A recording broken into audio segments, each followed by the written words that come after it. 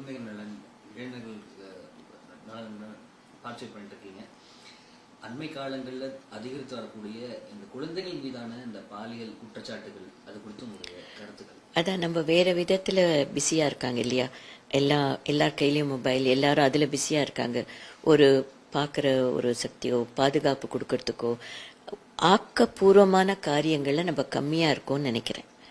இந்த ஆக்கப்பூர்வமான காரியங்கள் என்ன செய்யணும், சமுதாயத்துக்கும் மக்களுக்கும் வாழ்வாதாரம், அன்றாட வாழ்வாதாரத்துக்கு என்ன இருக்கு, ஒருத்தர் சாப்பாட்டுலேருந்து செக்யூரிட்டிலேருந்து உழைக்கிறதுலேருந்து கஷ்டப்பட்டுட்டு இருக்காங்க. அவங்களுக்கு இதுல என்ன பேசுறாங்க, அதுல அவங்க எல்லாம் இதை பத்தி கவலைப்பட போறதில்லை. இந்த விஷமத்தனத்தை உண்டாக்குறதே இந்த மாதிரி எதுலயும் ஈடுபாடு இல்லாதவங்க தான் இல்லையா. ஸோ அவங்க இப்ப என்ன இதை பாதுகாப்புன்றது ரொம்ப முக்கியமான விஷயம். எல்லா இடத்துலயும் வேணும், தெருக்கு தெரு வேணும். இப்ப நம்ம யங்ஸ்டர்ஸோட எனர்ஜி எல்லாம் நல்லதுல போயிடுச்சுன்னு வச்சுக்கோங்க. ஓகே, நானும் உழைக்கிறேன், இந்த ஊருக்காக நானும் செய்யறேன், இந்த தெருவுக்கு நானும் பாதுகாப்பு கொடுக்குறேன், நானும் இருக்கேன், இதுல பார்ட்டிசிபேட் பண்றேன்னு இருந்தா அந்த கல்ச்சர் வளரும். ஸோ பாதுகாப்புன்றது எல்லாரோடைய பொறுப்பு, ஒருத்தரோட பொறுப்பு மட்டும் இல்லை, சமுதாயத்தோட பொறுப்பு.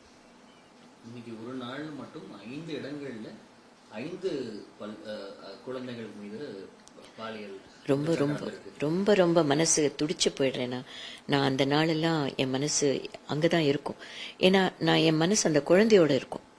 எவ்வளோ துடிச்சிருக்கும் அந்த நிமிஷம். அந்த ஐயோ இந்த சமுதாயத்துல என்னை காப்பாத்த யாரும் இல்லையா அப்படின்ற ஒரு உணர்வு அந்த குழந்தைக்கு இருக்கும்போது, அம்மானு கூப்பிடுமா, அப்பான்னு கூப்பிடுமா, இல்லை என்னன்னு கூப்பிடும், யார்கிட்ட போகும் அந்த குழந்தை? முதல்ல அது ஏன் அப்படி போய் அந்த இதுல தவறுல மாட்டி சீரழிஞ்சு போச்சு, எதனால போச்சு அப்படின்னு நீங்க ஆராய்ந்து பார்த்தீங்கன்னா, பெரியவங்களோட கண்காணிப்பு இல்லாமையோ, இல்லை நம்மளோட நெக்லிஜென்ஸ், இன்டிஃபரன்ஸ், நம்ம எதை பத்தியும் கவலைப்படாம ஏதோ ஒன்று நடக்குதுன்னு போயிட்டு இருக்கிறதுனாலயோ, இல்ல பாதுகாப்பு முறைகளை ரொம்ப ஆழமா போய் செய்யாததுனாலயோ, அதனாலதான் இந்த குழந்தைங்க பாதிக்கப்படுறாங்க. ஒரு குழந்தை பாதிச்சா கூட அது நம்ம சமுதாயத்துக்கு நல்லதில்லை. ஏன்னா அது ஒரு முன்னுதாரணம் ஆகுது. இப்படி நடக்குது, இப்படி நடக்கிறது, திருப்பி ஒண்ணு நடக்குது, அது நடக்கக்கூடாது. அப்போ நம்ம எவ்வளோ சேர்ந்து வேலை பண்ண வேண்டியிருக்கு, நம்ம குழந்தைங்களை நம்ம எவ்வளோ நம்பி இருக்காங்கன்றது நம்ம உணர வேண்டியிருக்கு. மக்கள் மேடை இந்த விஷயங்களுக்கு என்ன மாதிரி இனிஷியேட்டிவ்? நாங்கள் ஆல்ரெடி ரொம்ப நாளாக சொல்லிட்டு இருக்கோம். ரொம்ப நாளாக குழந்தைங்களோட பாதுகாப்பு, குழந்தைங்களோட safety, abandon children, traumatised children, விட்டு போன குழந்தைங்க, குப்பை தொட்டியில போடுற குழந்தைங்க, காணாம போற குழந்தைங்க, அதான் குழந்தைங்க என்ன சித்திரவதையெல்லாம் அனுபவிக்கும் இன்னும். இப்ப அந்த சித்திரவதை போய் யார் வேணா தூக்கிட்டு போகலாம், எங்க வேணா நாசம் பண்ணலாம் அப்படின்னு ஒரு பாதுகாப்பு இல்லாத ஒரு சூழலை நம்ம கண்டிப்பா ஒரு சமுதாயமா அட்ரஸ் பண்ண வேண்டியிருக்கு.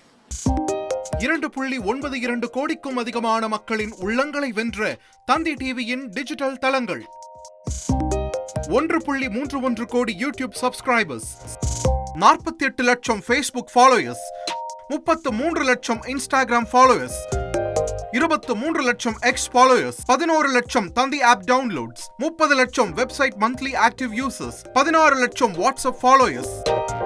அசுரபலம் கொண்ட எங்கள் டிஜிட்டல் கரங்களில் உங்கள் விளம்பரங்களை சேர்க்க வாட்ஸ்அப் பண்ணுங்க 8939888378. Email advttanditv@dttv.in.